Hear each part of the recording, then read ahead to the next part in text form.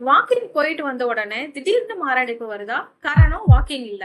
உண்மையான காரணம் தெரிஞ்சுக்கணுமா? இந்த வீடியோ ஃபுல்லா பாருங்க. அதுக்கு முன்னாடி நம்ம சேனலை ஃபாலோ பண்ண மறந்துடாதீங்க. ஆமாங்க. சிலருக்கு வந்து பார்த்தோம்னா, இருதயத்துல இருக்கக்கூடிய இரத்த குழாய்கள்ல ஏற்கனவே ஒரு அடைப்பு இருக்கும்.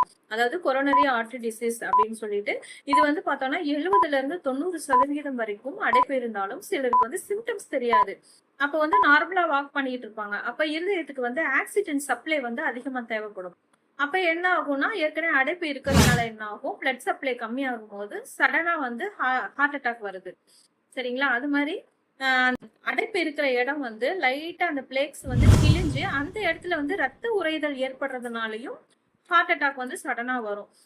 அது மாரி உடற்பயிற்சியே இல்லாம திடீர்னு அதிகமான உடற்பயிற்சி எடுத்துக்கிறாங்க அப்படிங்கும்போதும் ஹார்ட் அட்டாக் வருது.